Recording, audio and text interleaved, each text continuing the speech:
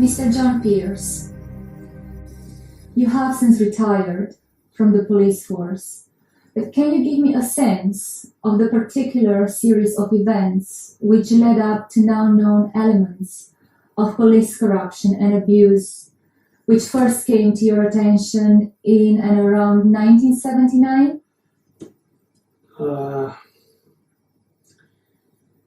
Right, well, the whole process were extremely unorthodox, to put it mildly. We're working through Holbeck Station CID in Leeds, but we're also undercover and operating under the instructions of DCI's Michael Martin and Roger Frampton of AC10. That's the anti-corruption unit based at London Met. There had recently been a particularly brutal murder of a middle-aged black man. My colleague in the CID had arrested the prime suspect, a young man named Michael Gallagher. They'd done some background checks on him, and before charging him with the offence at Holbeck Nick, we took him to an undisclosed location. My colleague reckoned that it would help to ascertain whether they were guilty of this nasty and what we strongly felt were racially motivated crime. You use this now the collective term we. Who was party to this alongside yourself? My called DS Jack MacIntyre. I take it you are seeking a confession from the suspect? Yes, I was. Thank you. Please continue. An informant to MacIntyre had mentioned that he frequented a particular pub in the town centre. So MacIntyre went along there, and by sheer good fortune, he saw the suspect as he was emerging from the pub on his own.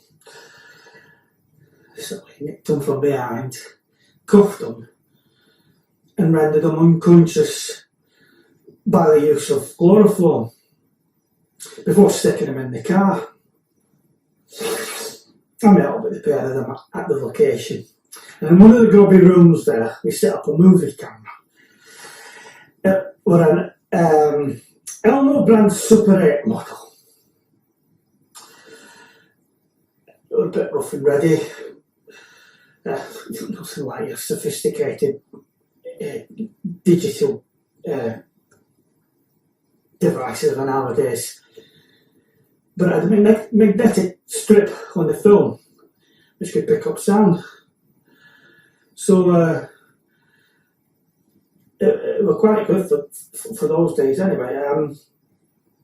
It belonged to MacIntyre because he wanted to film the interview with Gallagher. I guess this was a regular thing, him making round toward recordings to show his associates. But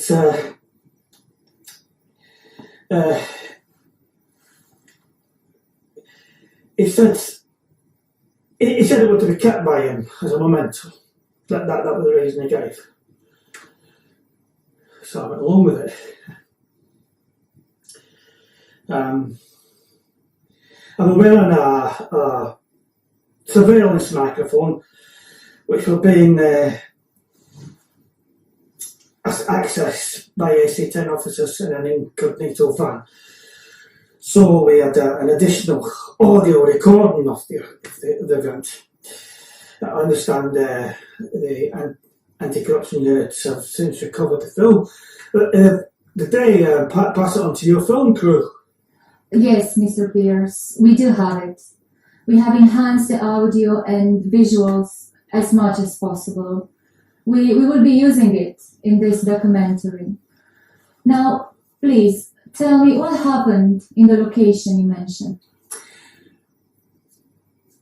Well, I remember how Gallagher, when he came round, clearly very distressed.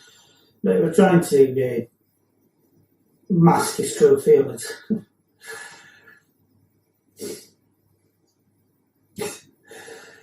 They were brought home to me. A day etched in my memory. A day I'll never forget.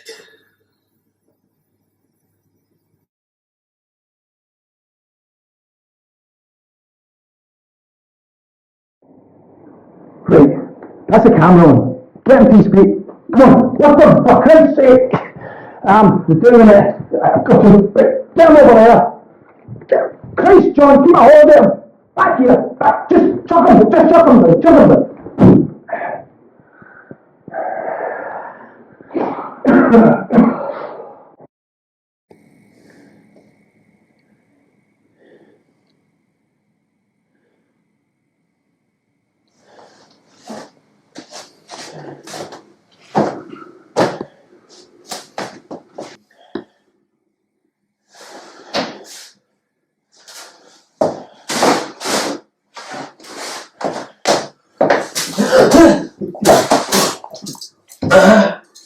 Name? What's your name? What? Confirm your name. Michael Gallagher. Age and date of birth. 23. Born 56. Right. Michael Gallagher. So, got a job? Yes. Sort of. Look. Where exactly are we? What is this? Did you drug me? What the hell's happening? Why did you do that? Who are you? Why am I here? Why did you bring me here? You police? This isn't a police station, is it? Have you kidnapped me? Is that what this is? I didn't mean Why ask the fucking questions? You answer them. Got it? Understand? Do you comprehend? Now, for your information, I'm Detective Sergeant John Pearce, CID, West Yorkshire Police. Do you have a job?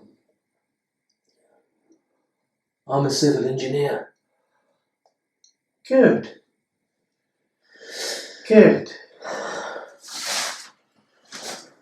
Right. Now, today's Sunday, right?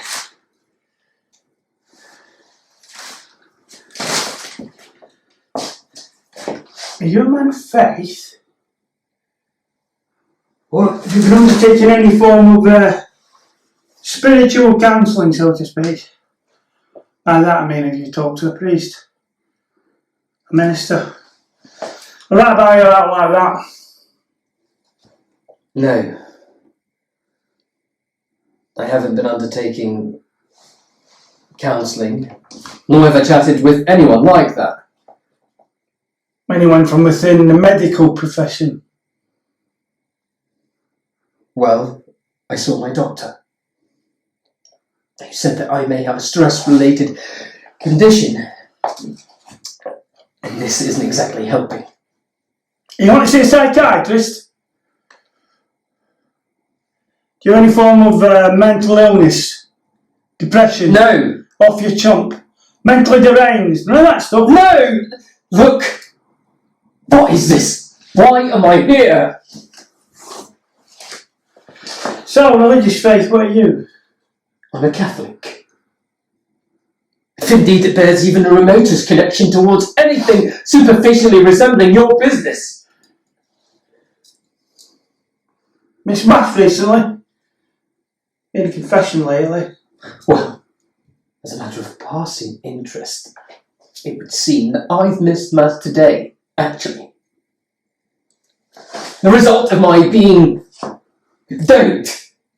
kidnapped and detained here. Much against my personal choice, I might add. Oh, well, you see, Mr. Gallagher, that's bad. That may result in a mortal sin. Not at all a pleasant proposition in the eyes of our Maker, the Almighty. See, the reason I ask that is because I have to know how you're doing up here. See, missing mass and not confessing. Well, should you inadvertently happen to snuff it, so to speak, before having had a chance to unload and gain contrition to and from the priest of your choice, well, it kind of adds an indelible stain in your soul. Apparently, needs to get burned off to get rid of it. See, there's a sell-by date kind of thing there. You see, if you don't confess in time, like, well, you don't get the automatic deletion. Oh, see, you're stuck with it. Understand? In case you didn't know that. Is that so? Yes.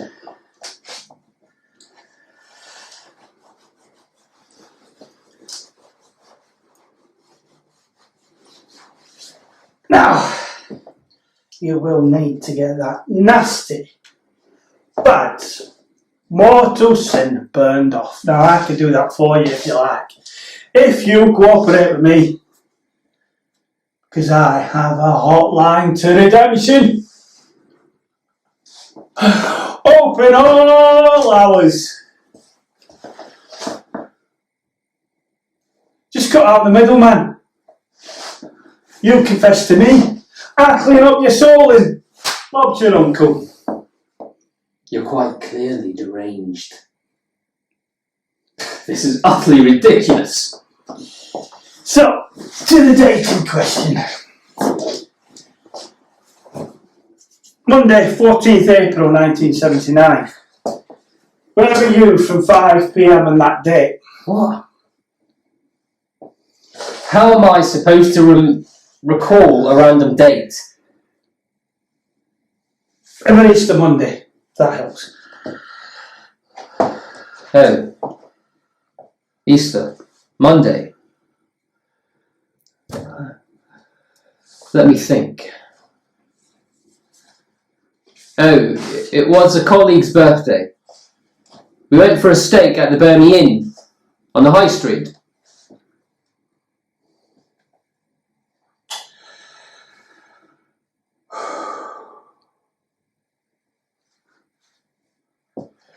So, return to Monday 14th.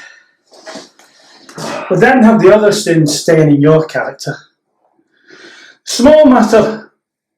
A chap called Paul Levy Phillips, who is deceased.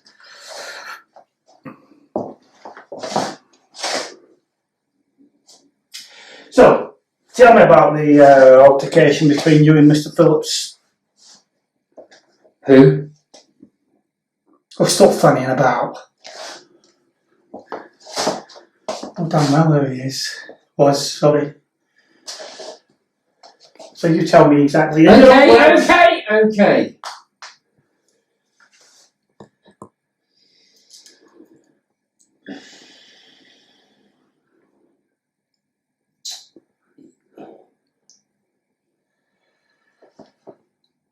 He was looking really dodgy. I saw him. He was cagey, suspicious, creeping about. Furtive, you know.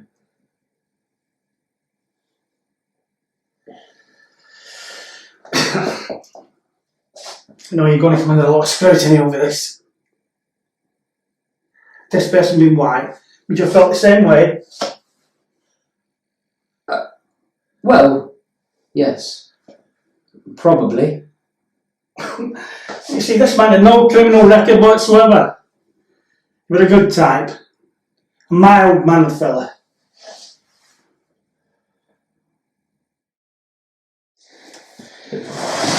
Here. Sit down.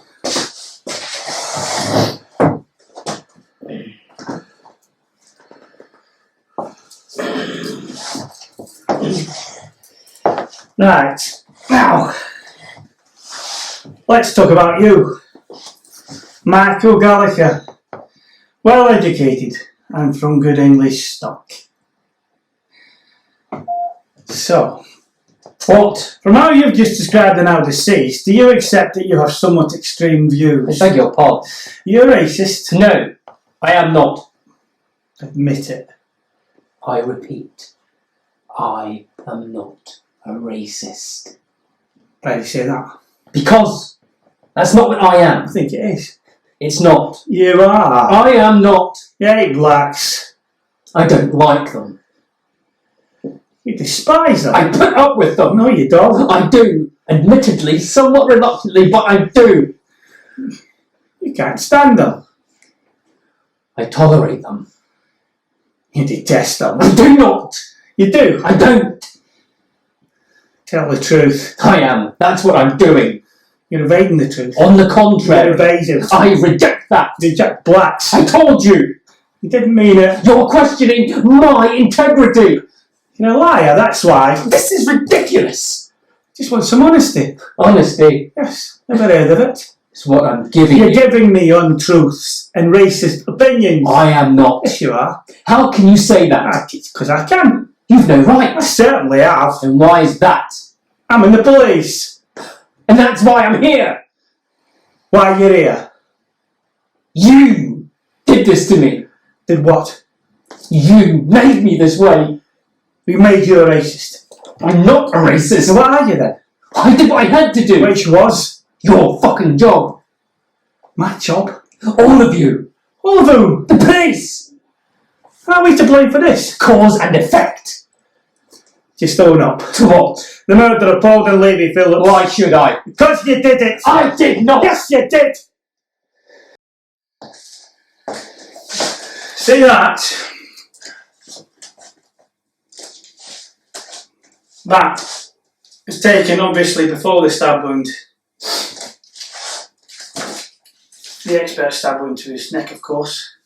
Apparently, so I'm led to believe, severing the carotid artery in the neck cuts off the blood supply to the brain, leaving the poor victim conscious for up to 30 seconds as it spurts out so much blood it causes asphyxiation and death. Then you bloody well knew that, didn't you? Doesn't even resemble manslaughter. More like cold, calculated, premeditated murder. Now, obviously, a lot of questions have been brought up, as in, were he unarmed? Could it have been self-defence? Did he have on his person anything that could be construed as a weapon? Isn't it enough that he assaulted me? Punched me repeatedly. And then when I started yelling for help, he grabbed my head and started to slam it into the ground. Drop your head for the ears, eh? Like this?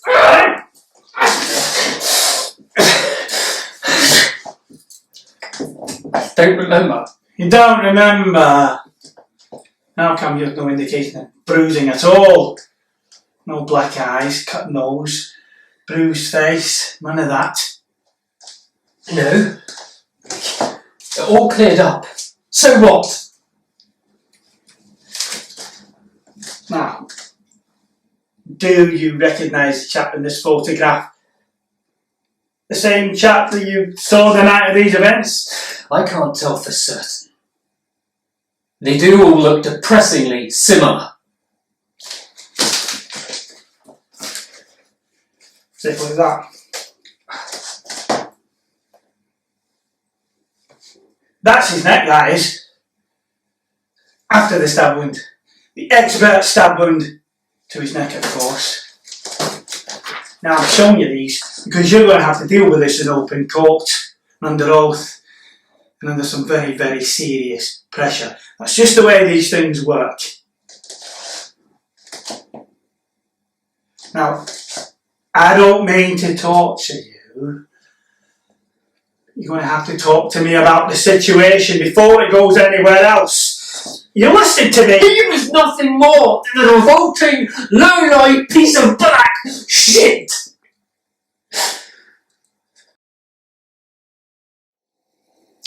See, where the big question comes into play is this.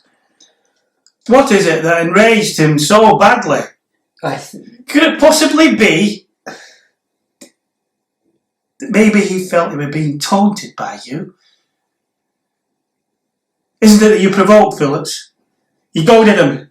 In effect, you yelled insults at him. And this story of yours of him skulking around suspiciously was not the case at all.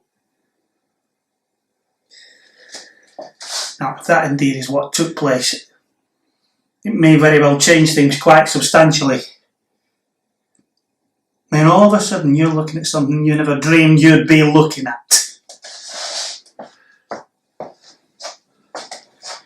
That's why we're here today. See, my purpose in life, my raison d'etre, if you will, in the light of your prevarication, is to inform you of the consequences of your actions. And the next on the list is this: prison. The harsh reality of incarceration, which is ominous by its looming presence on the very cusp of your horizon. Now, are you all set for a life in a world where the daily fragrance will be the odious putrid aroma of 2,000 incarcerated men's urine, half a ton of hot, steaming, overboiled cabbage, 10,000 wet anal expulsions of noxious air, where you will receive the venal torment of an unwashed, fetid 8-inch hard-on being rammed agonisingly into your tiny arsehole without lubrication, obviously.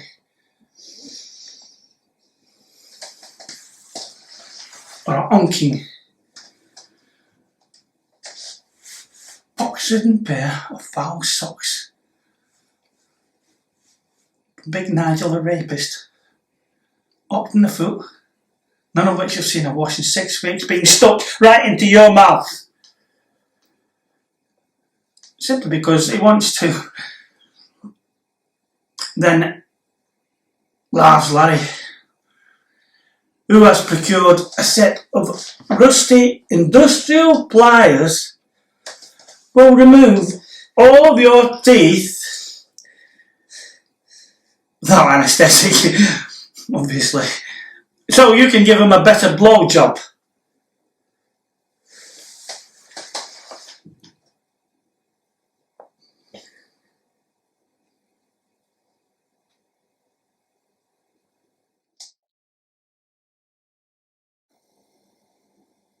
Excuse me.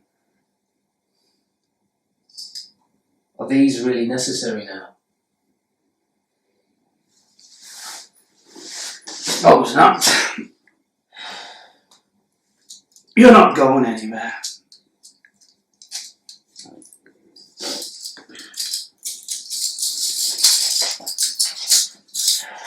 Thank you. Now, with the card in your possession, Here is. You are membership number 1666 of the NSAP. Tell me what that is. It's just a group of friends. Friends? Friends of what? Tell me what the NSAP is. Just friends. A club. Sort of. NSAP. Tell me about it. We meet. We actually met that night in the Burney Inn. That's where we meet. So when they call his birthday party? No. So you've been lying to me? No, not quite, not really. Don't piss in my pocket. Tell me it's fucking raining. You and your colleagues, you were the National Socialist Action Party. A right-wing fascist mob with a relentlessly racist agenda. So once again, have you got problems with black people? No. I'm going to ask you again, this time I want the truth. Do you have problems with anyone who isn't white, Caucasian, Anglo-Saxon? I've got no background, sonny Jim. Where I'm gravitating to here is this. Isn't it the case that Mr. Paul Levy-Phillips was, to all intents and purposes, just a normal, respectable man who happened to be black? But within your fucked up, xenophobic, illiberal, hatred-fueled proclamation, people like him an affront to your sensibilities? No comment. Well, I could comment and hazard a pretty accurate fucking guess in the affirmative, swastika boy. Something you uttered at volume, no doubt, got him so enraged he reacted with force. I'm telling you right now, that man had no violent background. No homicidal tendencies that we could find. So what made him snap? He wasn't drunk and he weren't on drugs. So could you fill in that blank? I didn't... How close to your car did he get? Maybe a car. What set him off? I don't know. Did you call him a chombo? Cliffy, a coon, a spade, a darkie, a ghetto monkey? You see, he doesn't fit. It's not fit the profile what you alleged occurred. When he walked up to your car. What exactly did you say to him, eh?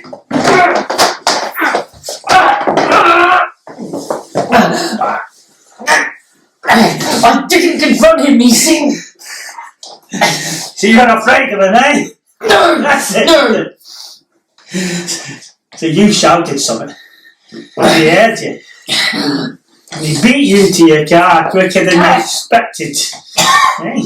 Did he grab your arm down like this? Eh? And foul black face. Stuttering, obnoxious, stinking so hard, splashing over you. Console. All that you ate, low and despise, forcing you down, making you sick to your stomach. This black, festering closeness up against you. Until he's touching you. How dare he? All that violent anger. What did you say? Tell me! I called him a dirty, manky old black, goopy bastard ranted nigger! He was shut out from his mother's filthy cunt!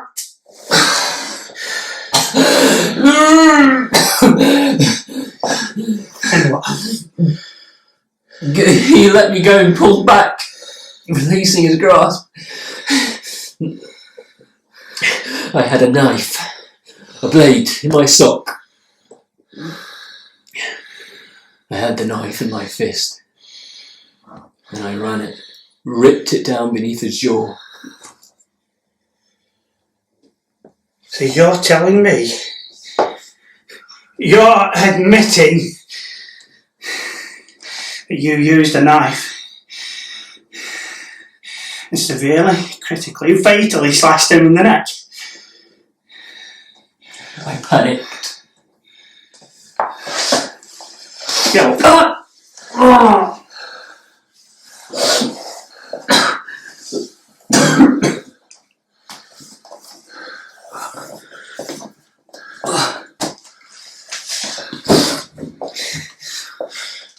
Well, I still don't get it. All this.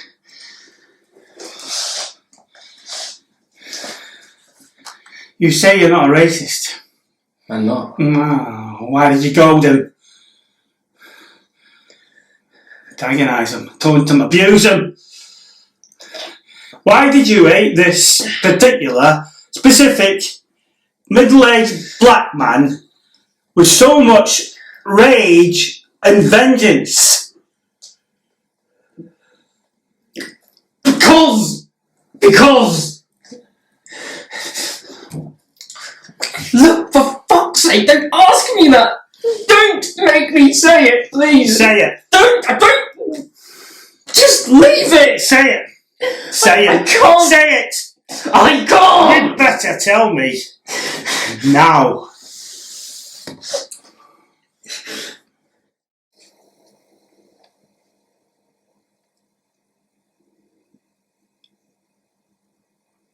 Last year,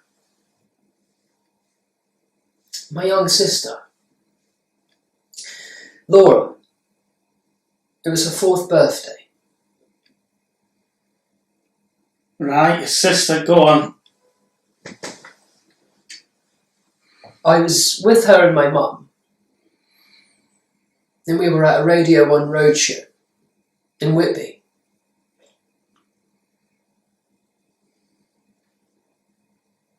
It all happened so quickly. I went over to get some ice cream for her and my mum. Mum stopped and opened her handbag.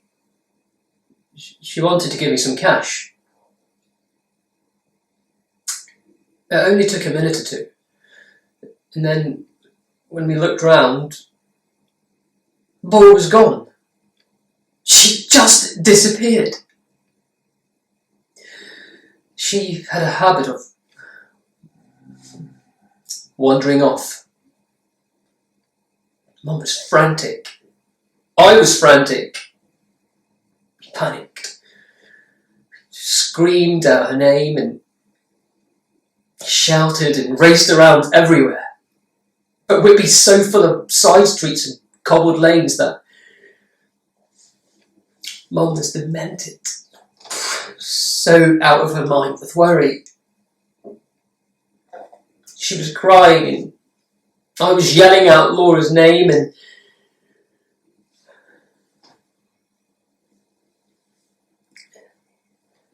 it must have been about 20 minutes later.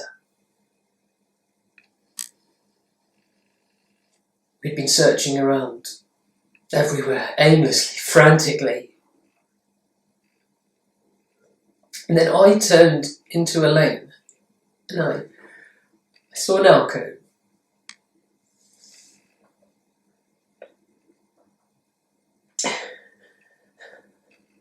And then I saw it. It was that Phillips and that bastard from television. Jimmy fucking Savile. He had his trousers down. They ripped off Laura's dress and her pants. She was naked. He was raping her from behind. She was screaming. And then he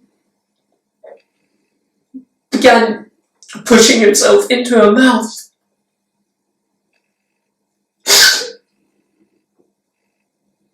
Jesus.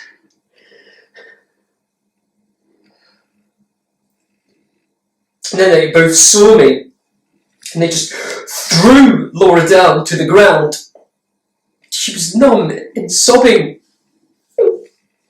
And then Savile, he stared at me. He laughed. And then Keane Phillips ran off down the lane and into a car.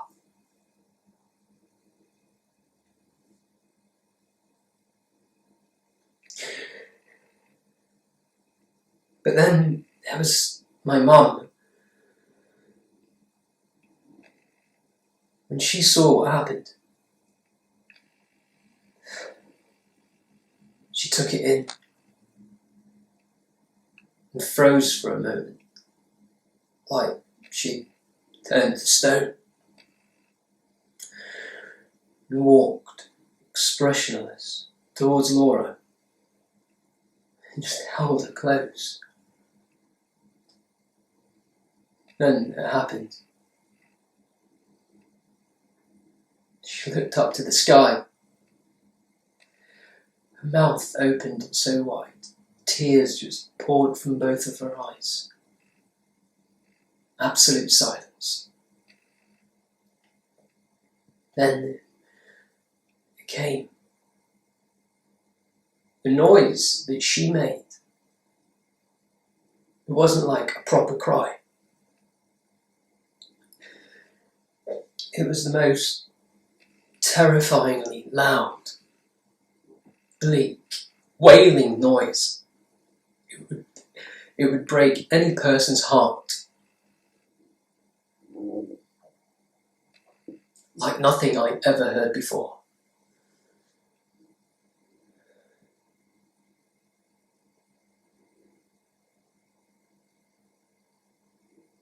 That's what Savile did to my family.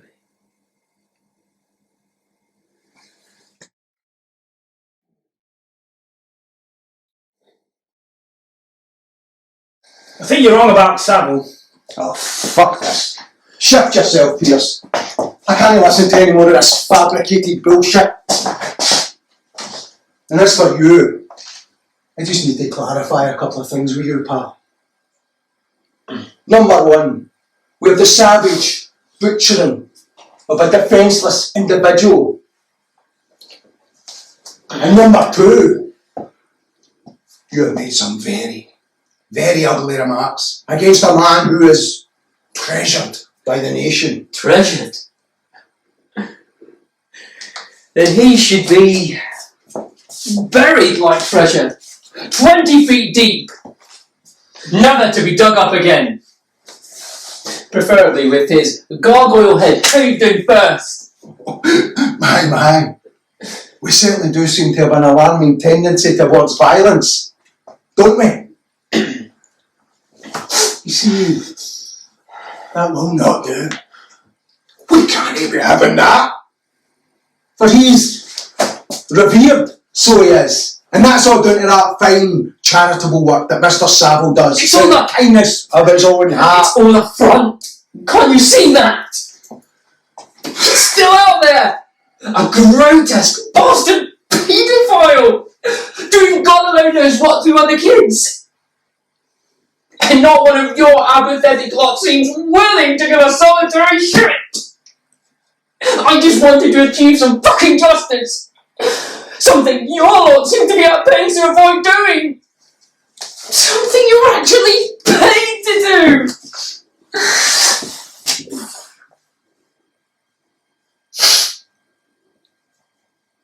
I should be in a proper police station. And I need to see my MP. And I need you to focus, pal. You see this here for you? It's decision time. You have to decide where you're going with this wee story of yours. Are you a victim or are you a vigilante? My MP. Your MP. Fine. Right. This MP of yours, does he have an actual name? He's quite well known. Smith. Cyril Smith. Him.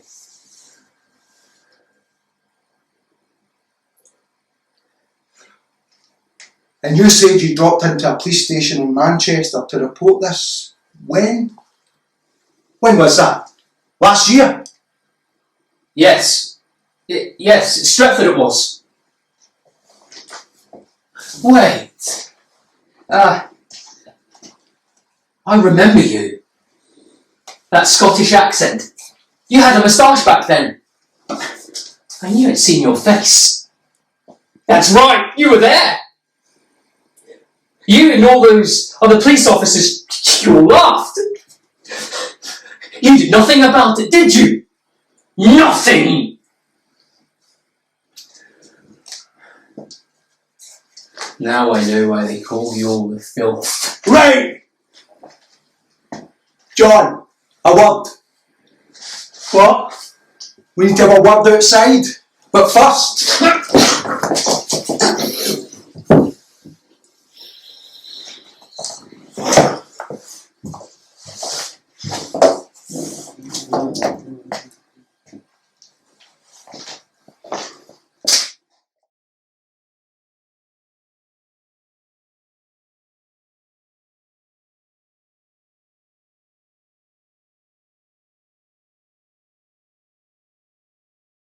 Right. This Smith character that Gallagher mentioned, Cyril Smith, the MP, do you know him? Yes, of course I know him. Huge fat one. Can hardly bloody miss him. What about him? Right. If Gallagher reckons he's his MP, well... Well, what? Okay, listen. There was an article some time back in a wee regional paper, the Rochdale Alternative Press. I'd hope I wouldn't have to mention this, but... What did it say? It did a piece on Smith, and it mentioned Jimmy Savile, and well, the cover-up of the complaints against him. Cover-ups? Complaints? About what? You'll see it soon enough. But it gave details on Savile and Smith's sexual abuse of some youngsters, and implicates Manchester and West Yorkshire forces as part of that cover-up. They claimed they've got irrefutable evidence against them and others, but most importantly against us in the force. For Christ's sake! Is this real? Sadly, aye, it is. And now, on top of that, we've got Gallagher's claim that Savile sexually abused his wee sister, and that we did fuck all about it when he came in to report it. What the hell are you telling me? I'm telling you this. No charges were ever brought on Gallagher's complaint, or on any of the other ones, not a single one. And all the records, destroyed. What? You actually tell me you knew about all this? Uh-huh. And you did nothing? That's right. In the name of God, man. You deliberately kept quiet about everything. Give me a fucking break, John. We had to keep quiet on it. We had no option. They made us sign the official bloody Secrets Act to keep our mouths shut. That's how serious this is. But now, with Phillips's murder, Christ, can you even begin to imagine Gallagher let loose in court? He'd blow the whistle on Savile, on Smith, but worse than that, much worse, he'd start on all the us in the force. This whole thing could just explode into one huge bastard of a mess. Gallagher has to be stopped. That's why I wanted us to bring him here, well out the road and away for the spotlight, before any formal interview back at Holbeck. I needed to know. I needed to hear how much he knows, and by fuck, he knows plenty. I don't believe this. How could something like this happen? We have to sort this out, you and me. No bloody way! Fuck off! I didn't sign up for shit like this. What the hell are you saying? We need to deal with No this. chance! You should have refused to be part of the cover-up.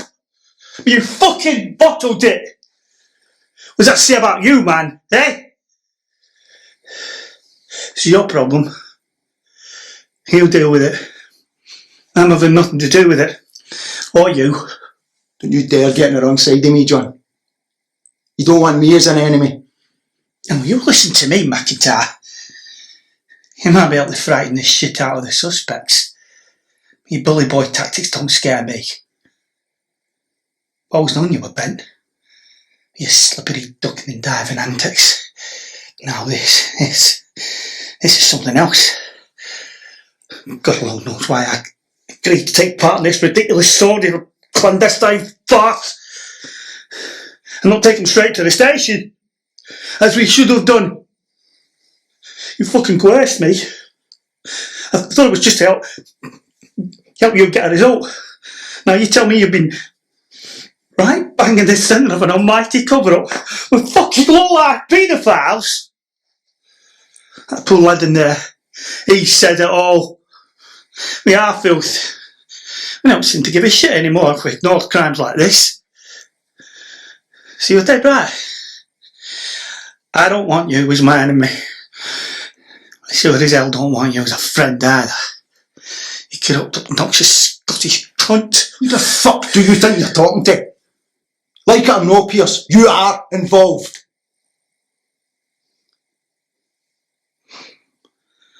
Okay, let's just calm down a wee bit here, eh? Before we leave here, I just want a last wee word with him, okay? Then we'll take him back to the Nick and get him charged.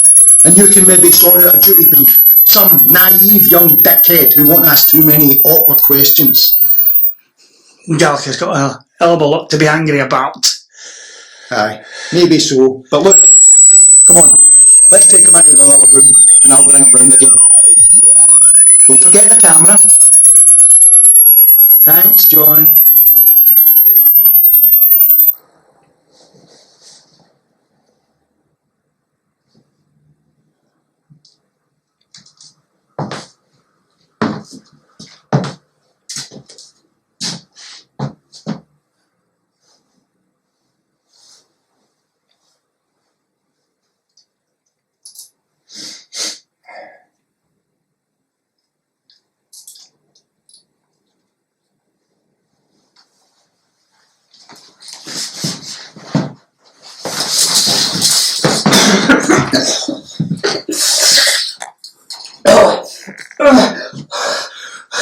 What the fuck?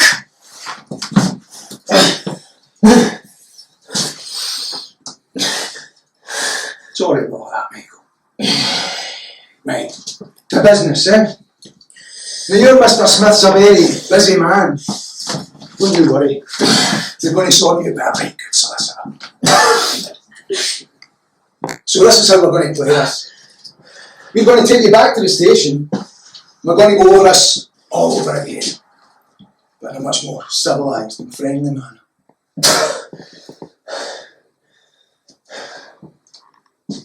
As for the incident itself, well, you bumped into that Phillips character.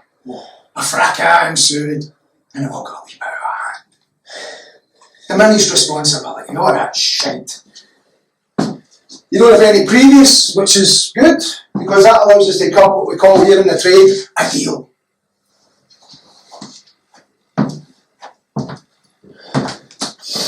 But in return for all that, there's just one very important thing. You leave Savile's name out here. Because mentioning him would bring far too much adverse attention to the case. You could find yourself in the wrong end of 20 bloody years, Michael. We don't want that, do we? Nah. So, keep your nose clean, bide your time, and you'll be out of there before you know it. 6 months tops. How does that sound, eh? How does it sound? It sounds like... Fuck you! You just listen to me, you ungrateful wee arsehole! You will do precisely what I fucking tell you to do! You get me? You will burn it on Savile and take this arrangement!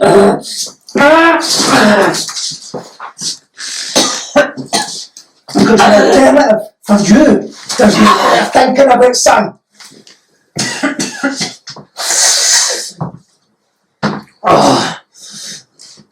Because I can see to it. Oh, and make no mistake that I will fucking see to it. That the only way you come out of prison is in a wooden box. Or, at the very earliest, it'll be 2 very long decades before you're kicking about in a public street again. Boy, and in addition to that, your arse will be permanently caressing the seat of a fucking wheelchair. I hope we understand each other now. Do we?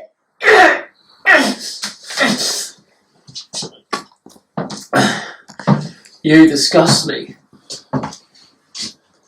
All of you. Aye. You're immoral. You're scum! I'm just about up to hear your fucking mouth, son! Fucking out! Just get away from me! People need to know! They need to know!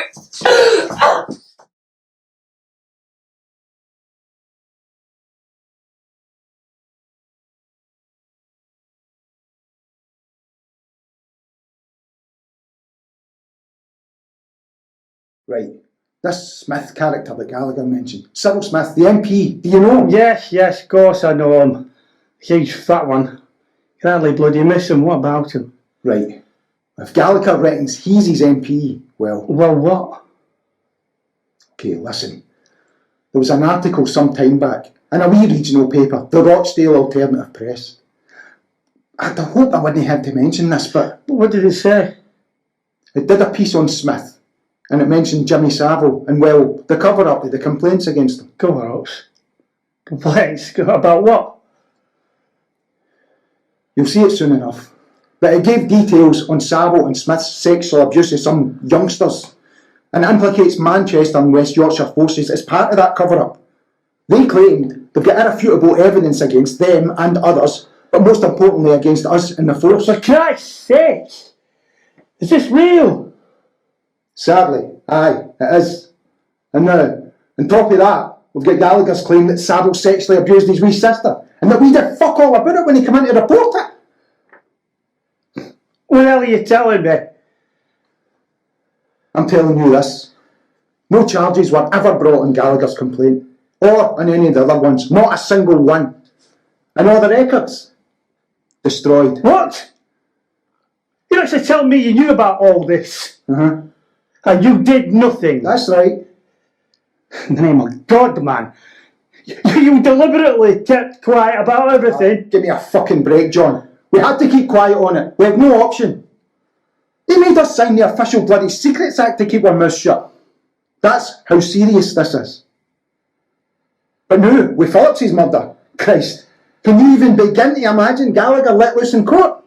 He'd blow the whistle on Savile, on Smith, but worse than that, much worse, he'd start on all of us in the force. This whole thing could just explode into one huge bastard of a mess. Gallagher has to be stopped. That's why I wanted us to bring him here, well out the road and away for the spotlight, before any formal interview back at Holbeck. I needed to know. I needed to hear how much he knows, and by fuck, he knows plenty. I don't believe this. How could something like this happen? We have to sort this out, you and me. No bloody way! Fuck off! I didn't sign up for shit like this. What the hell are you saying? We need to deal with No this. chance! You should have refused to be part of the cover-up. You fucking bottled it. What does that say about you, man? Eh? It's your problem. You deal with it. I'm having nothing to do with it. Or you. Don't you dare get on the wrong side of me, John. You don't want me as an enemy. And will you listen to me, MacIntyre? You might be able to frighten the shit out of the suspects. Your bully boy tactics don't scare me. Always known you were bent. Your slippery ducking and diving antics. Now this is something else. God alone knows why I agreed to take part in this ridiculous sordid clandestine farce. I'm not taken straight to the station, as we should have done. You fucking coerced me. I thought it was just to help you get a result. Now you tell me you've been right bang in the centre of an almighty cover-up with fucking low-life paedophiles. That poor lad in there, he said it all. We are filth. We don't seem to give a shit anymore if we ignore crimes like this. So you're dead right. I don't want you as my enemy. I sure as hell don't want you as a friend either.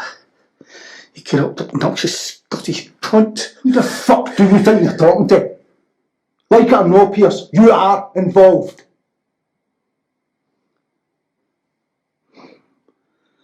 Okay, let's just calm down a wee bit here, eh? Before we leave here, I just want a last wee word with him, okay? Then we'll take him back to the Nick and get him charged. And you can maybe sort out a duty brief. Some naive young dickhead who won't ask too many awkward questions. Gallagher's got a hell of a lot to be angry about. Aye, maybe so. But look, come on, let's take him into the other room and I'll bring him round again. Don't forget the camera. Thanks, John.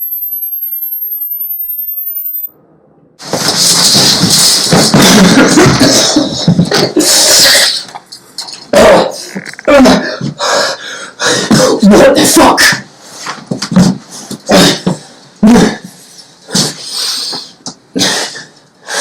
Sorry about that, Michael. Right, to business, eh? Now you're Mr. Smith's a very busy man. Don't you worry. We're going to sort you a very good solicitor. So this is how we're going to do this. We're going to take you back to the station. We're going to go over this all over again, but in a much more civilised and friendly manner.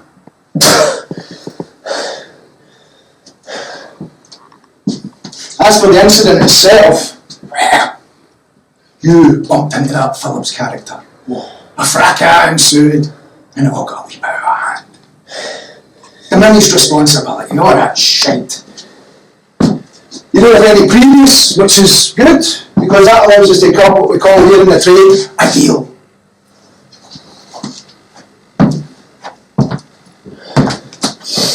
But in return for all that, there's just one very important thing. You leave Savile's name out here. Because mentioning him would bring far too much adverse attention to the case. You could find yourself in the wrong end of 20 bloody years, Michael. We don't want that, do we? Nah. So, keep your nose clean, bide your time, and you'll be out of there before you know it. 6 months tops. How does that sound, eh? How does it sound? It sounds like... Fuck you! You just listen to me, you ungrateful wee arsehole! You will do precisely what I fucking tell you to do! You get me? You will button it on Savile and take this arrangement!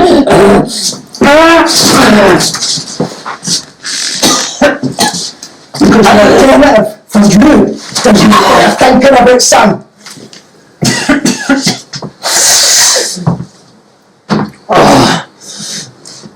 Because I can see to it. And make no mistake that I'll fucking see to it. The only way you come out of prison is in a wooden box. Or, at the very earliest, it'll be 2 very long decades before you're kicking about in a public street again. Why? And in addition to that, your ass will be permanently pressing the seat of a fucking wheelchair. I hope we understand each other now. Do we?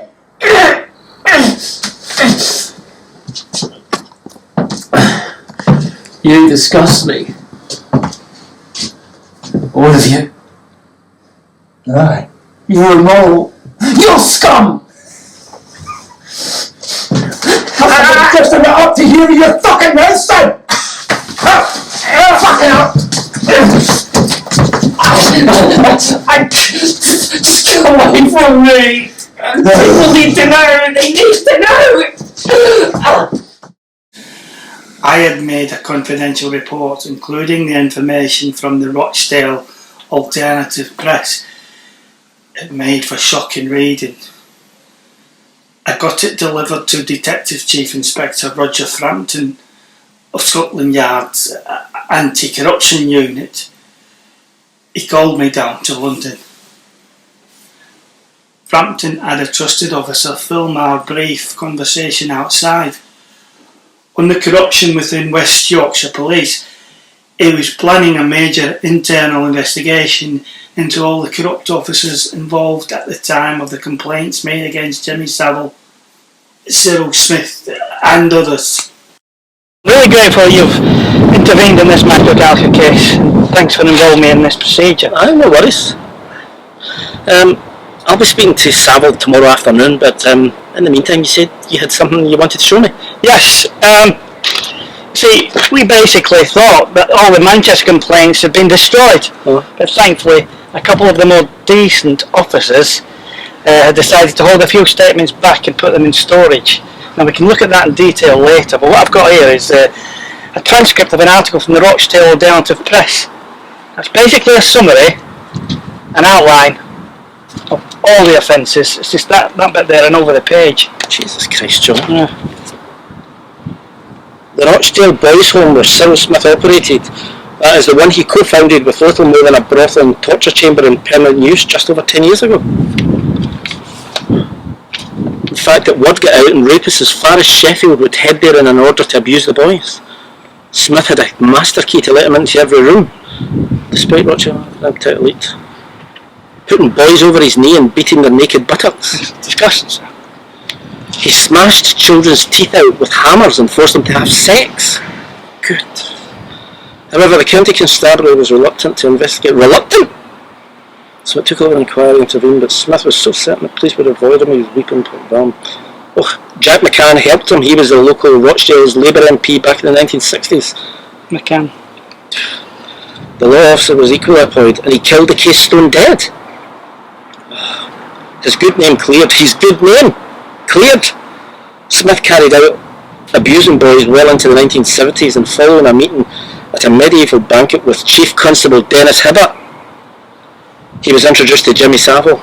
They then began an association where both parties engaged trouble-free and serious sexual abuse of youngsters, male and female.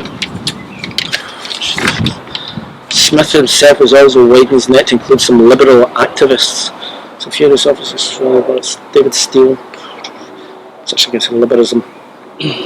Power leads to abuse, and whether they are celebrities or priests in the Catholic Church, if you allow vicious men to become untouchable, you run the risk that they will be seriously sexually abuse any woman or child they desire.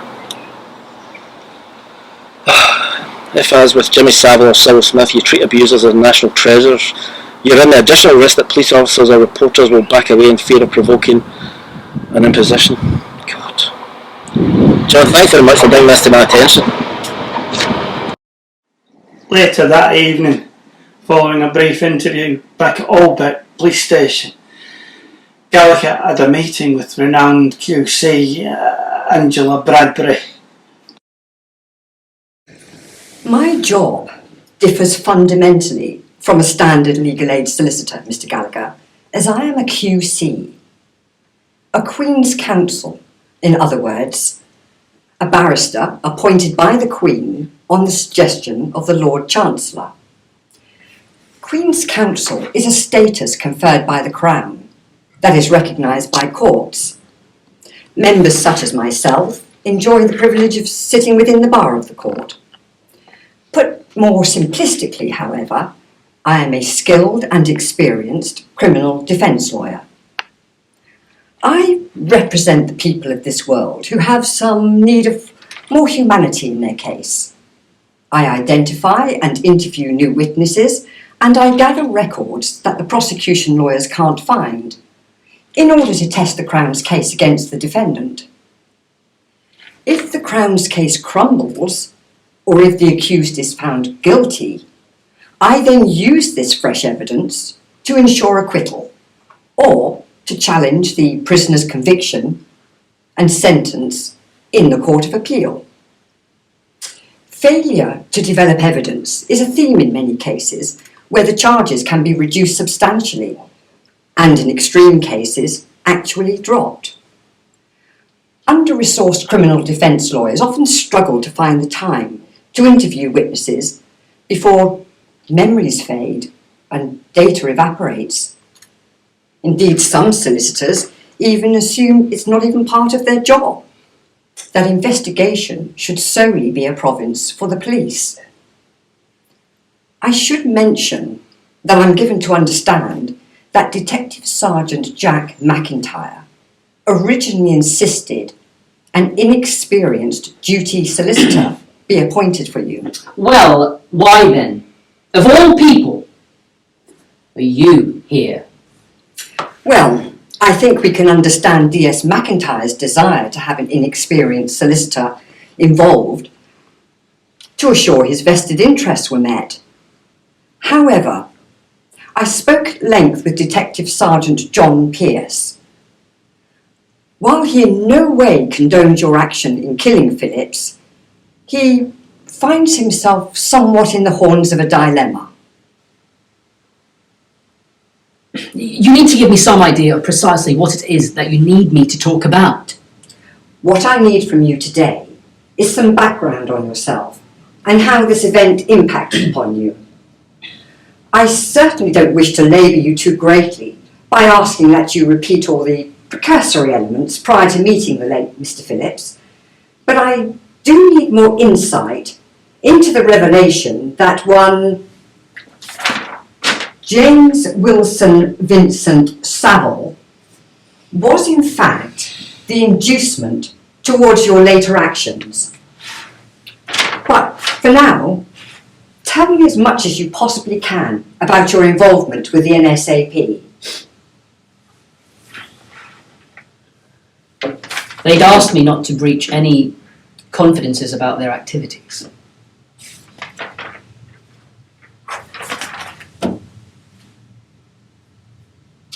Mr. Gallagher, if I am to represent you in court, I do require this, as it's fundamental to the process which led you to Paul Donley Phillips.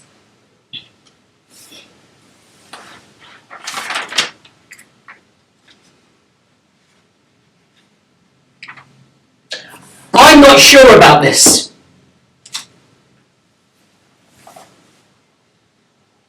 I respect your position, but equally you have to respect mine. I'm not a police officer, nor am I an informant. Now, how did you first make contact?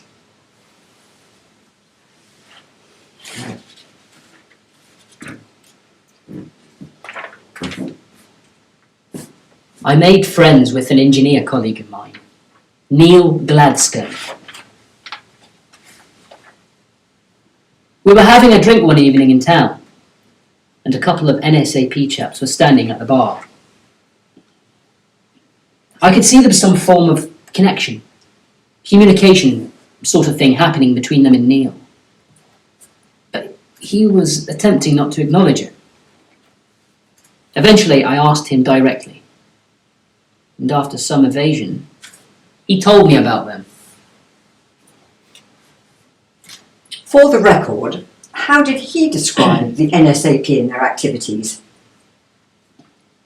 They gained some notoriety a couple of years ago. You know, with their violent rhetoric and, well, because of several exposés regarding the group's stockpiling of weapons and plans for armed attacks. Okay, and? Well, the NSAP was the brainchild of a man named Tony Malsky. What can I tell you? He'd been organising things. He had an involvement with the British movement and connections with John Tyndall, him of the National Front. But Malsky was much more intent on force than discussion, though. He had a stockpile of weapons that he had seized from a raid somewhere, I think, on a territorial army base. But he wanted a lot more action, so he broke away with his colleague, Phil Kersey, his name was, to establish the NSAP.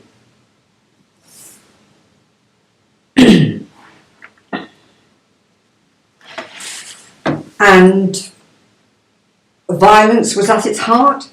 Would that be a correct and accurate assumption? Yes. This new outfit had a sort of military-style structure and sub-movements too. The militancy of the NSAP attracted quite a bit of press attention. It was Malsky and Kersey who were in the pub that night, and Neil asked them over. He could see I was curious. How did the conversation go? I had a few drinks. Well, more than a few. And I disclosed what had happened to Laura a few weeks earlier. Kersey in particular went ballistic. He doesn't have a lot of time for black people. And when I mentioned that this one had assisted Savile, that was it.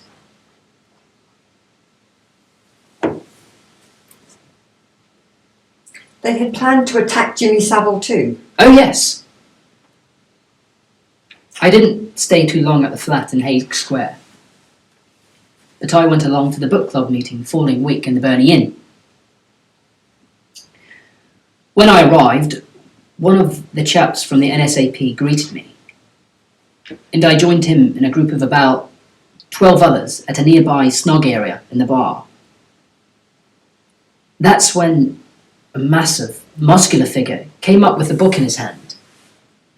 He opened it, and inside was a photograph with a yellow sticker on it, and the words, Paul Dunleavy Phillips, works as a chauffeur for Jimmy Savile. I nearly fell off my chair. They'd found him that quickly? Yes. They had a huge network of subdivisional groups, including one called the Black Wolves, which sought out dark-skinned people for whatever reason. The intent being to cause them severe harm.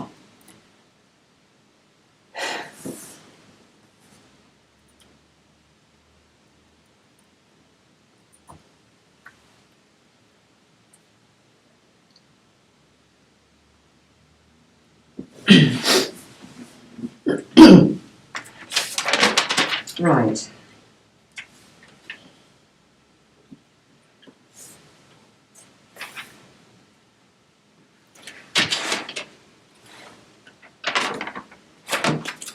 I need some further clarity on this, Mr. Gallagher. You've stated that the photograph was of a black individual. Was he assuredly the same man who was with Savile on that fateful day when the attack took place on your sister? I had no doubt whatsoever then, nor do I now.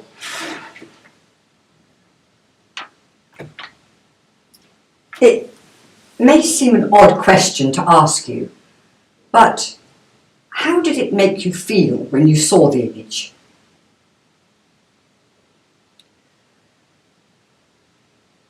My heart sank.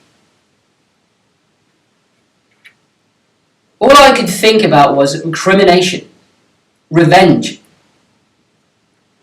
I felt I had to avenge what he'd been party to and destroying the childhood of a beautiful, innocent little girl. Please continue.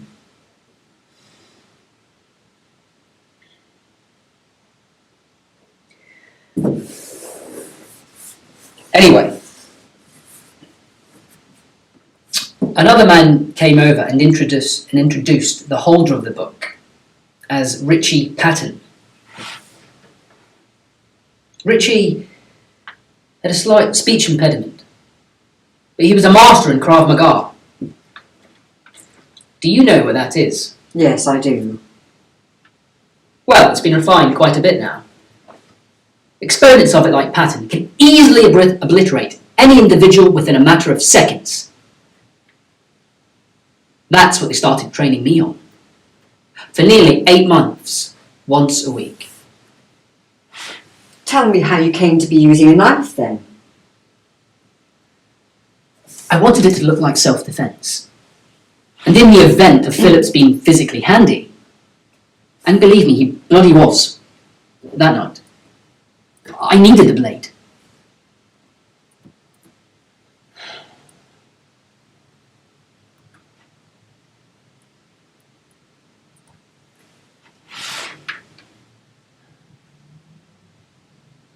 So you were aware of Phillips's location on the night in question. What was he doing there in the area? when the attack on him took place. Did your group's research manage to uncover that? His mother lived nearby. That's all I can say now.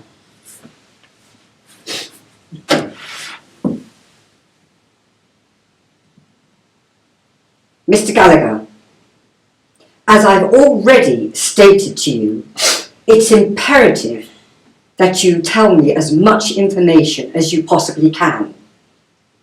Please do not allow sentiment or false loyalty to encumber this process by your withholding of information. No matter how circumspect or irrelevant you may feel it might be, I can edit through everything at a later date and filter out extraneous information which holds no bearing on the potential outcome. Omitting to do that could well mean that I might miss a vital nugget of detail, which could easily prove fatal for when I go to court. I could fail.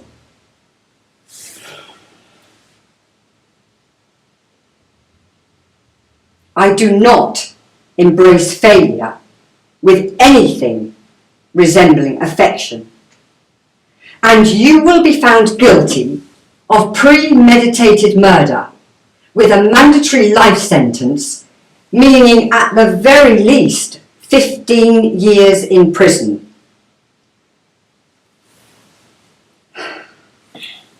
Of that, let there be no doubt in your mind. So, provision of an answer to all my questions. Do you accept that? Okay. Right.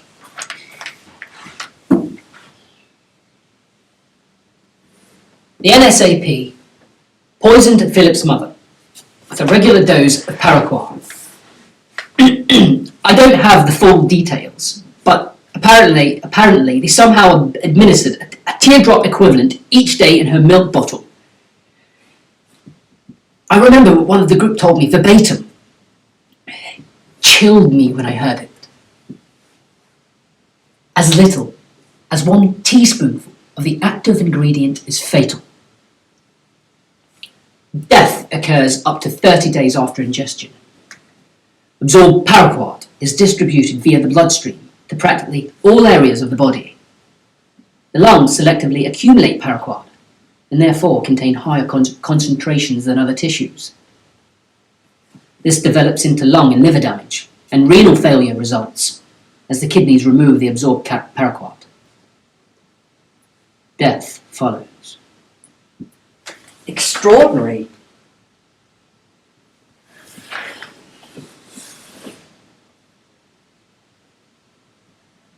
Apparently she had died. And Phillips had come home for the funeral.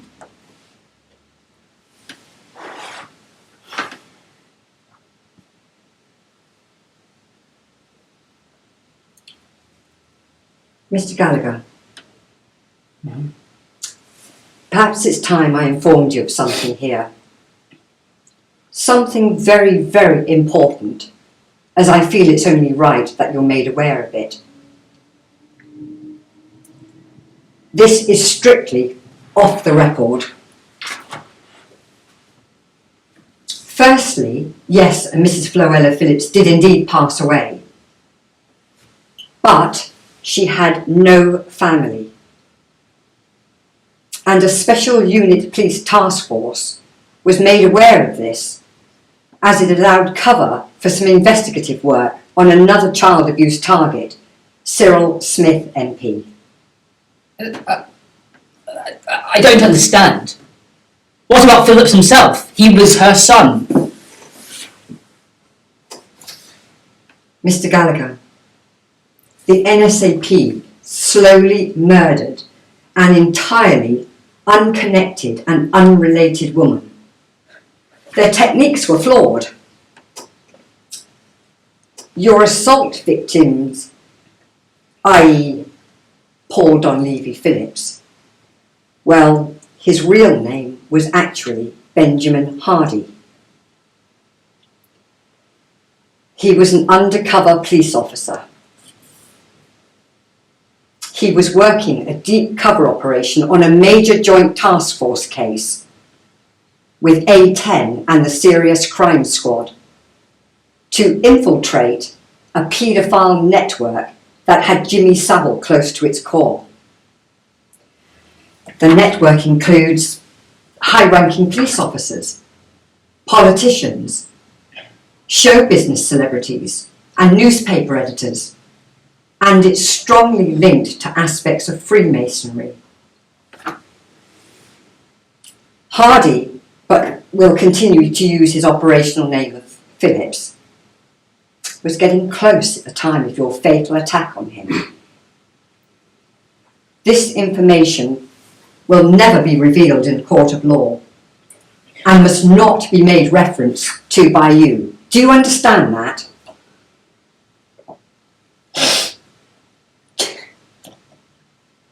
What's happening to me? This is insane! How do you know all this?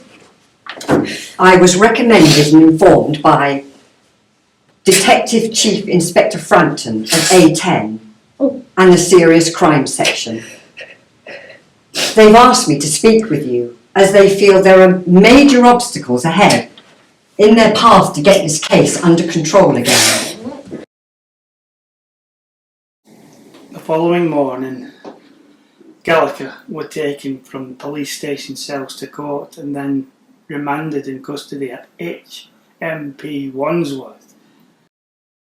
Back inside, DCI Frampton then played me an audio recording made by his colleague DCI Michael Martin and DS David Adams. I am recording this voluntary telephone conversation between myself, Detective Inspector Michael Martin of Anti-Corruption Unit 10, speaking with Detective Sergeant David Adams. Now, DS Adams, please speak openly and candidly and tell me how you became aware of detailed public complaints regarding serious child abuse allegations involving Jimmy Savile, Cyril Smith and others, and which were apparently abandoned and destroyed, with these actions being condoned by and within elements of West Yorkshire Police. Yes, sir. Chief Constable Dennis Ibberts had held a meeting at Stretford Station in Manchester. There we were all told to abandon the development of any complaints made against Savile and Smith and associated others, and that any further accusations of this sort were to be referred directly to him and not through procedural channels. We each of us were then obliged to sign the Official Secrets Act. Then there were these so-called tea drinking excursions at the home of Jimmy Savile. They took place in that's Savile's penthouse in Leeds, up on the 5th floor overlooking Roundhay Park. That's where he began this weekly ritual, and he called it his Friday morning club. Well, they were attended by people Savile trusted, a group of prominent local businessmen, city councillors and the like from Leeds and Manchester. Tell me, DS Adams, did any names come up? Just one name came up, Detective Sergeant Jack MacIntyre. One of the chaps told me that on one occasion the group were asked to leave the room to allow just Savile and MacIntyre to talk alone. Now, most of us are familiar with surveillance techniques, so we set up some basic equipment and we overheard what was an intriguing talk between Savile and MacIntyre. Savile said something to him about getting in touch with Surrey Police because he was keen to sort out a situation with them, and MacIntyre could more easily manage the arrangement. I found out later what the situation was that he was referring to. Now what happened were, well, our beat Bobby had been riding his bike past a lay-by 2 nights earlier, and he chanced upon Savile's Rolls Royce, parked up in the darkness. So he shone his torch inside the car, and he clearly made out it was Savile with that familiar face and streaky white hair, and there beside him was a very timid-looking young girl, no older than about 10 years of age. So the copper asked Savile what he were up to. "I'm waiting for midnight," he replied. "She'll be moist enough by midnight. Now piss off if you want to keep your job." So the constable duly cycled off, but later on back at the station, he told all of this to his sergeant. He told him to shut up and not mention us again, ever, because Savile had friends in high places. Well, the constable was very concerned about it, so, though in strict confidence, he spoke to me in CID. Thank you, Detective Sergeant. I am now ending this recording.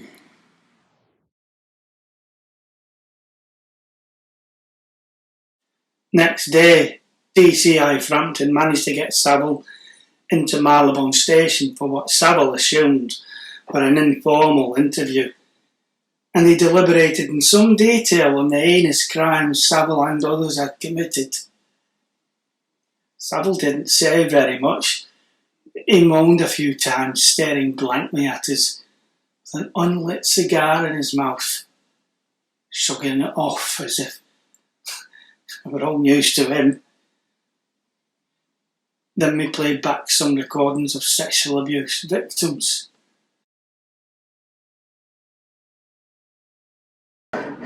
So, yeah, he did it to me. Savile molested me. It was just a few years ago. I was 14. It was right after I'd appeared on his show. He promised me, he said he'd get me a Jim will fix it badge. Those things were highly prized, you see, and I wanted to show it off to my friends in the Scouts and at school. And I'd spent the day on the set of the show, and I got a chance to go racing a milk float all around Brands Hatch, on the actual racing track. It was amazing. It was a fantastic day. I thought I'd died and gone to heaven. The actors, them that played Starsky and Hutch, Paul Michael Glazer and David Soul, were over in the studio too. And Starsky, he shook my hand and ruffled my hair. Oh, it was so exciting. Savile, he had told me that I could earn a badge of my very own, rather than sharing a group one with my Scout friends, and that was what I really wanted. So he took me into a dressing room. It was in there that it happened. He took off his trousers and his underpants, and at that stage he was flaccid. He asked me to touch him, I was almost in a trance. It was surreal, but I did as he asked, and I stroked his penis. Oh God! But one thing that remains with me, oh God, well, the horrible stench of him from his body, urine, sweat, and shit. Oh, it was beyond obnoxious. Anyway, he forced me down against the dressing table, and he ripped down my shorts and my pants, and he rubbed himself against me, and he climaxed immediately. And then he threw me down to the floor, and he wiped himself down with a towel. And after I'd done up my shorts, Savile warned me. He said not to tell a living soul. He became really scary, and he said, "Don't you dare tell anyone. Don't you even tell your mates. We know where you live." And then he said, "Nobody will believe you anyway. I'm King Jimmy."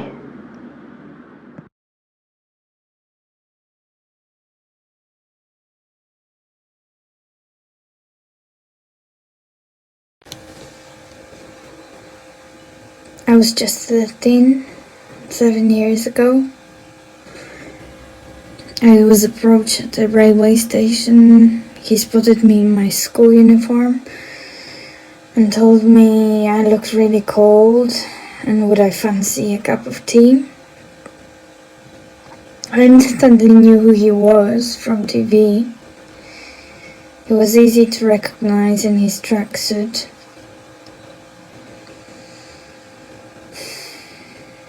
I just remember being very starstruck and thinking, wait until I tell everybody about this.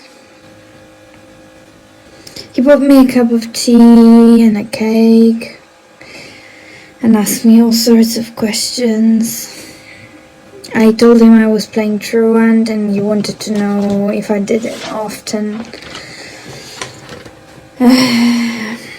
When I told him I had to go, he said, "Can you give me your phone number?" I thought it was a strange thing to ask, but his whole experience was just surreal.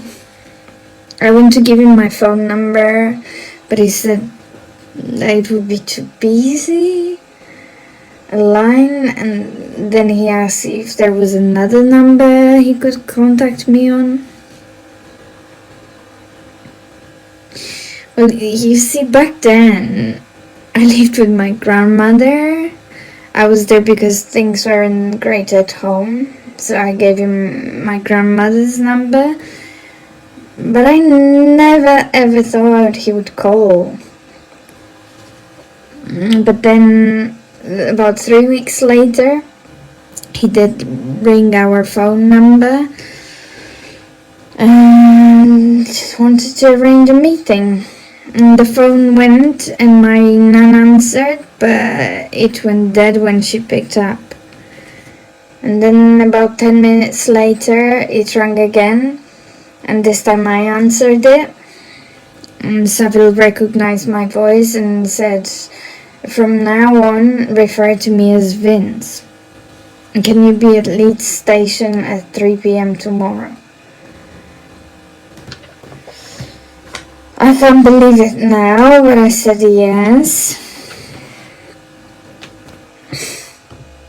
He was famous, you see. I thought my friends would be envious and impressed. Anyway, I went alone to the train station, and this huge car pulled up.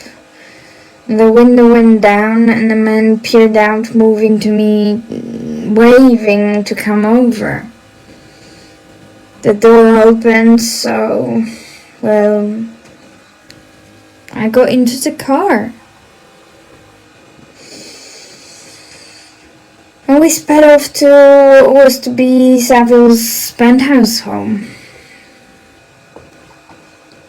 Yeah, roughly it was like on outskirts of Leeds. And then the man, the driver that is, he led me into a lift and up to his big flat.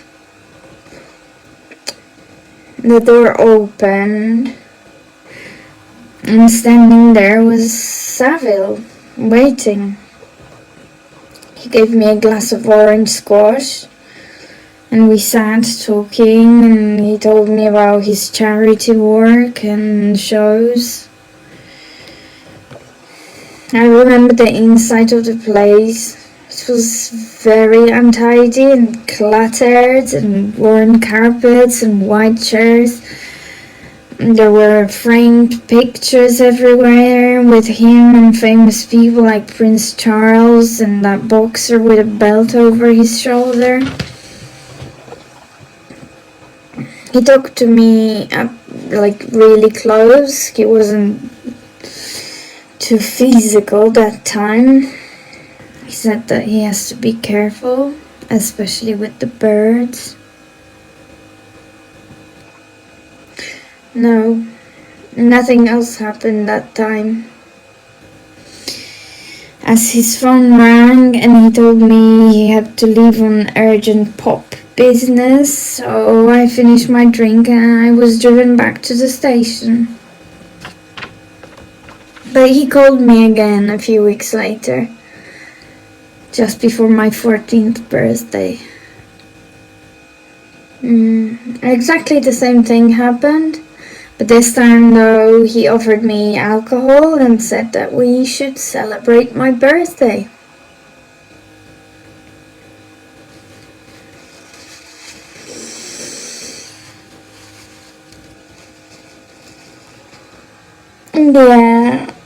Yeah, alright, I think. Thank you.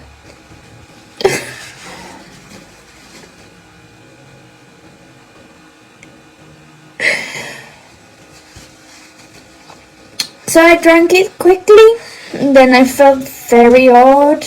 A blurry kind of feeling came over me. So I had to go to the toilet, but inside there was no lock on the door. I tried to be quick, but he came in with just these vile, baggy, fawn-colored pants on. I could see he was aroused, and he made me take his pants off. And then I undressed too. And he forced himself into me over the sink as he looked at himself in the mirror. Looking back, I'm sure he'd put something like a drug in that drink. Gin, I think it was. But with something else. I felt so hazy and disorientated, and such terrible, awful pain too. He smelled so horrible and disgusting. Bad breath and terrible body odor.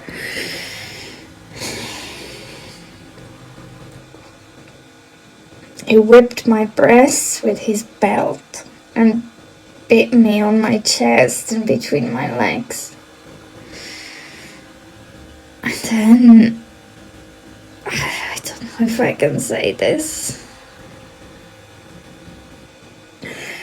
He peed over my head and breasts and then slapped my face and I fell on the floor.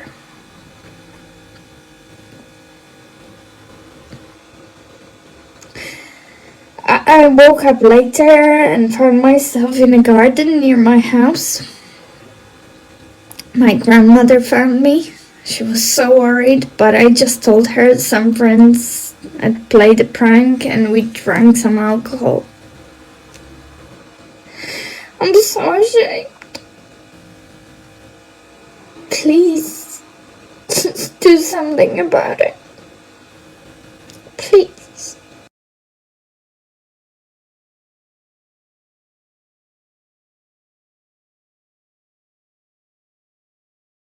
It was back in 1977. My father had been taken into custody on suspicion of murder. He was a carpet delivery driver, and he'd found the body of a 70-year-old woman at the side of the road, and the police wrongly thought he might have killed her. Obviously, this was a traumatic time for me and my family. I was sent to my nan's, and she tried her best to keep me away from the news, but I was still upset and confused. So I went to a nearby park in Leeds and sat on a swing.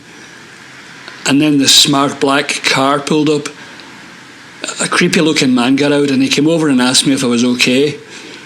He walked with me into the woods behind the park. And once he got me in there, he lifted up my shirt, pulled off my trousers and pants and rubbed some greasy stuff against my bum. And then I felt pain, like the worst kind of constipation in reverse, if you know what I mean. That's the only way I can describe it. I was 9. The man disappeared really quickly, and I lay there on the grass and twigs, not sure what had happened, but I was in total agony. I could barely walk in a straight line, and my head was pounding. Shortly after I left the woods, I thought to myself, if you don't say anything, it never happened. If you just don't tell anyone, it didn't happen. And I never did tell anyone.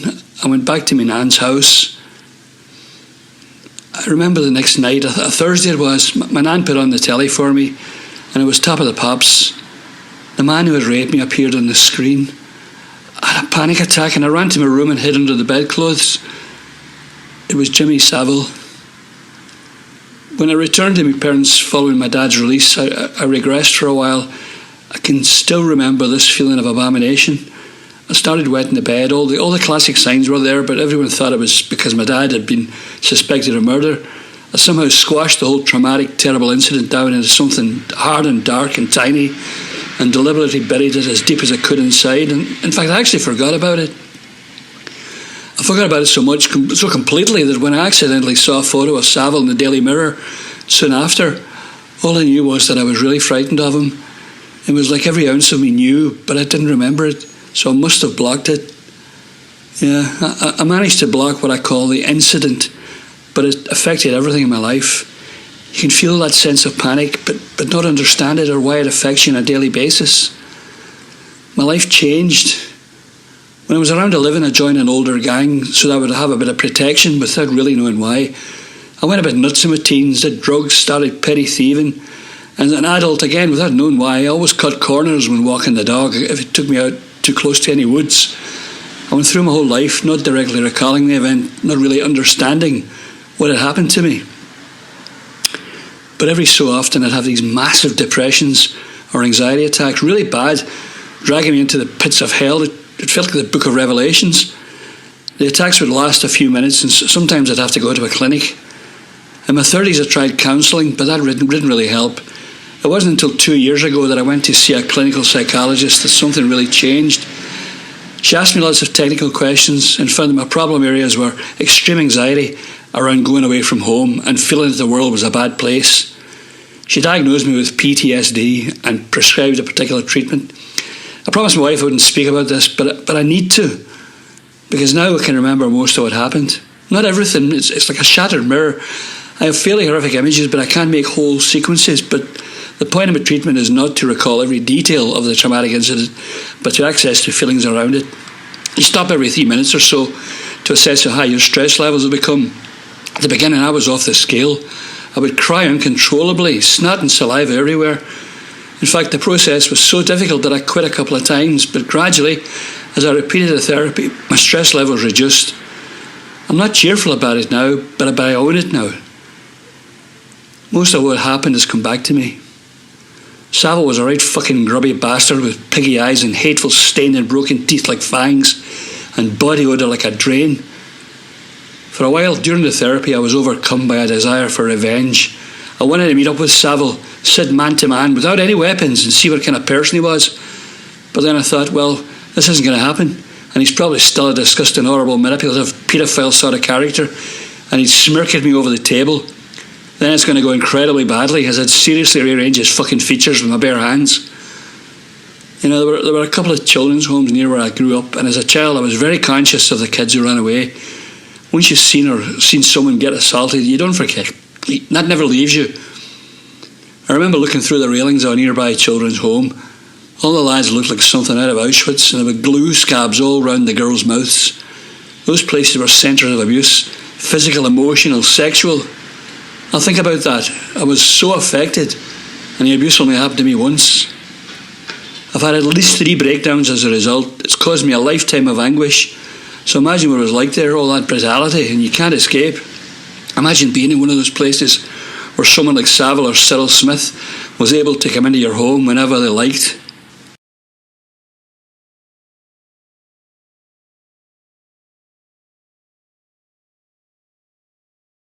Well, I need to go back sometime to when I was 9-year-old. Me 2 brothers and me sister had been sent to bed. I was being given a special treat, you see. I was being allowed to stay up late and watch TV with my stepfather. I was reading a comic and I was puzzled about a particular word. I wanted to know what the word assault meant. I asked him if it were like them funny people on TV say. I've never been so assaulted in all my life. He looked at me in a really odd way. He had a strange expression on his face. "I'll show you what he means," he said to me. He took me into my mother's bedroom. She was working late in a restaurant in town or something. He got hold of me and he undressed me. He took off my yellow pyjamas and then he took off all his clothes. I was just so scared. I knew it was wrong. I didn't understand. Then he turned me over. So I was facing down onto bed and he pulled me up so my bum was pointing up the way. I heard him. He spat in his hands and he rubbed them together. And then he forced his fingers deep inside me, into both my vagina and my anus. The pain was like nothing I've ever felt before, more excruciating than I can ever really describe. I'm sorry.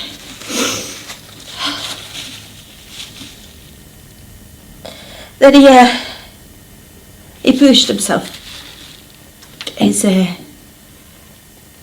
penis, as he bent to me.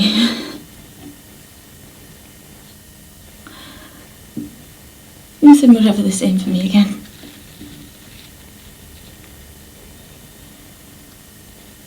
The next day I could hardly walk. I was limping because of the pain. And I was afraid to go into school. because I thought everyone could tell.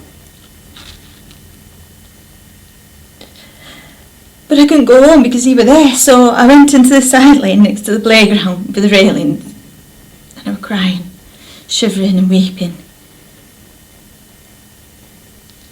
And my teacher found me there. She scolded me, and she told me I was a really bad girl. But I already knew that. That nightmare, that awful night that started just because I asked an innocent question, well, it repeated again and again, over and over for ages. One time he even held a knife to my throat and threatened to kill me if I told anyone what he called our little secret, especially to my mum, or to anybody at all. How long did this continue? Must have been over 2 years. Then he were injured in a engineering accident or something, and he moved away. I never saw him again after that. But I'll never forget it, even now. Can you tell me how these incidents equate to Jimmy Savile? Because they're out there. Men like that, they're still getting away with it. But Savile in particular? My son, Alex. He was in Stoke Mandeville Hospital last year. He was only 8. He had to have his tonsils out.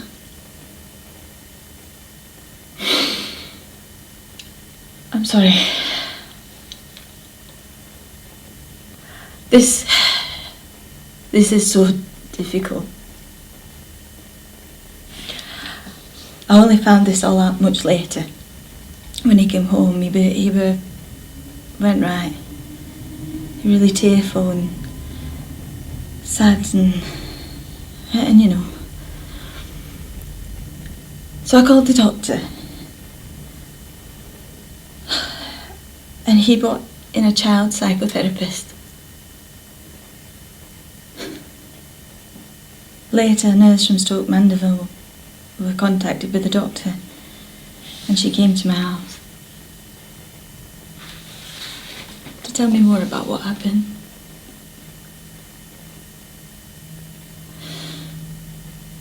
It was during his 10 days in hospital. Alex were told by the nurse someone special were visiting. That's when it happened. The nurse opened the bed curtain, and there was Savile. She closed the curtain, leaving Alex and him alone together.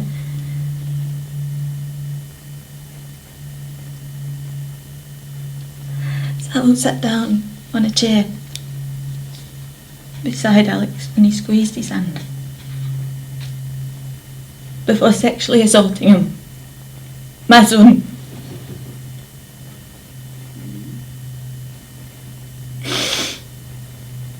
Alex was so distressed. I'm so ashamed. When I visited him, he told me his own mum. I didn't believe him.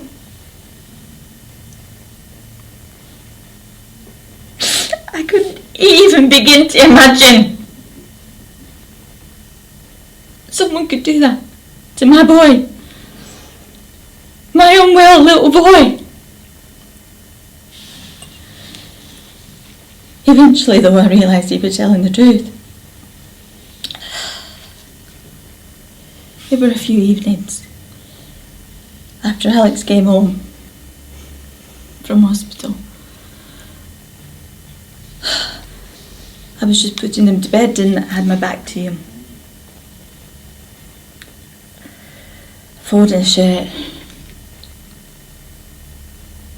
And he said, Mummy, penises hurt my bottom.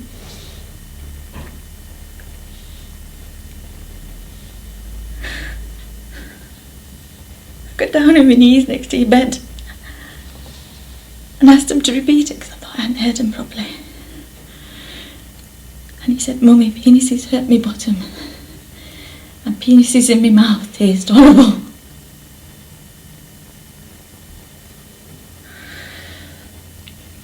Over the next few months, 4 different psychotherapists independently examined my Alex. Each of them told me they all concluded that Alex had been sadistically and sexually abused by someone.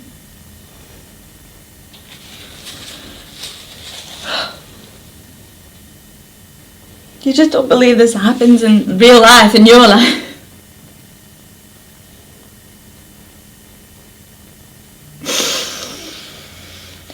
How can men do such horrible things?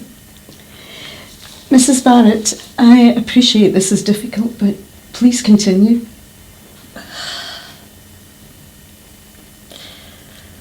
After I'd been told by the doctors what had happened to Alex, they kept him in for a few days in a secured clinic.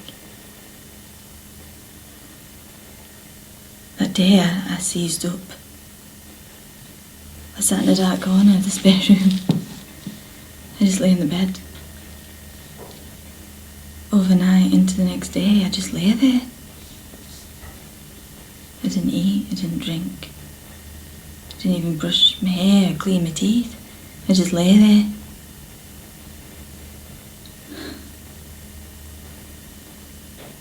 But there's more that I should tell you. I made friends with one of the nurses. She works at Stoke Mandeville. She told me about another of Savile's victims. A girl. She was only 12. When he raped her.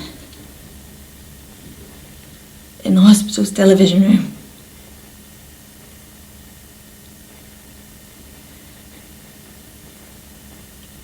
She was going there in a nightdress. But on the way, a porter approached her and asked her where she was going. That porter was Savile, and he went with her. And when they got there, they were the only people in the room. And they were alone together. The nurse told me that Savile pulled up a nightdress. She had no knickers on. So he pulled down his trousers and he raped her. She didn't even know who Savile was.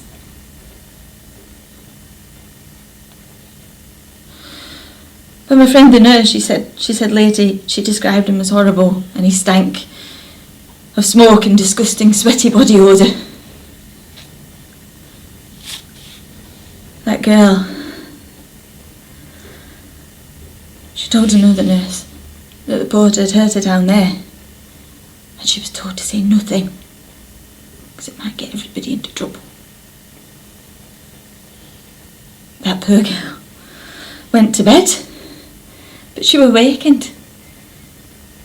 She was awakened in the middle of the night with Savile beside her bed, where he sexually assaulted her again.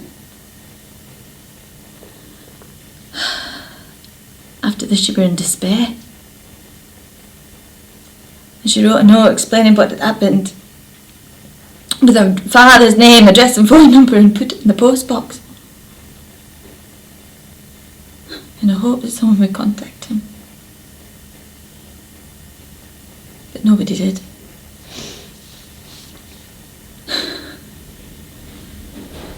Please, you need to get these people.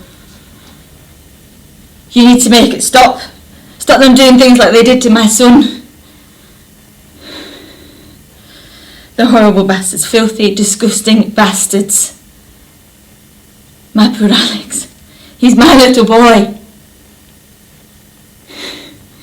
They need locking up.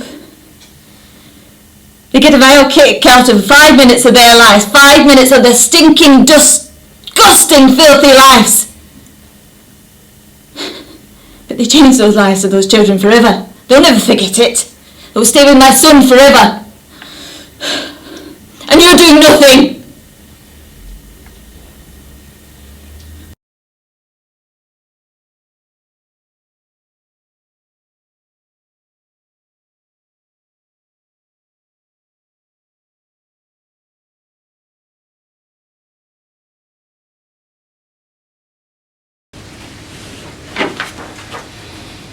Now, let's elaborate on this. Paedophilia, sexual attraction to prepubescent children, seems to make everyone in the nation angry and sick at heart. Yet you have had well over 300 complaints, 360 in fact, made against you for this. Do you imagine all those people, none of them who know one another, would conspire to make seriously defamatory and highly detailed complaints about you? 360, Jimmy. Oh, that's a big number. DS Pearce. How regularly do you drive to care homes, hostels and hospitals? Drive? What would you have been driving last spring, for example? Oh, I don't know. I keep swapping cars out, my faintest idea. Could be... Well, I live in the north of England, so I keep most of my vehicles up there. But I keep one down here for running about, so... For that time, it would probably have had a Rolls Royce. Take your pick, anything. You drive that yourself? And you get someone else to accompany you? On occasion, I use a chauffeur type thing. Did you hire a black Negro driver last spring, for example? Yeah, I did. Paulie, his name was. Bowden Levy Phillips. He got him to drive you throughout February to July last year, 1978. If you say so. You're all doing your jobs, so you must know the dates better than I do. So you got him to drive you in your Rolls Royce to Radio 1 Roadshow in Whitby, I presume. I expect. And he helped you abduct and sexually assault and an attempt to rape a 4-year-old girl in Granton Lane, May 17th, 1978. No, not true. You may regard yourself as being above the law, but you're not. Let me ask you something. Do you have any fears? What is this? Where's this going? You see, for some people, their biggest fear may be death. For others, it may be feeling suddenly under threat, under severe physical threat. This is DCI Roger Frampton. Time is 8:37 p.m. and I'm terminating this interview. Get him out of my fucking sight!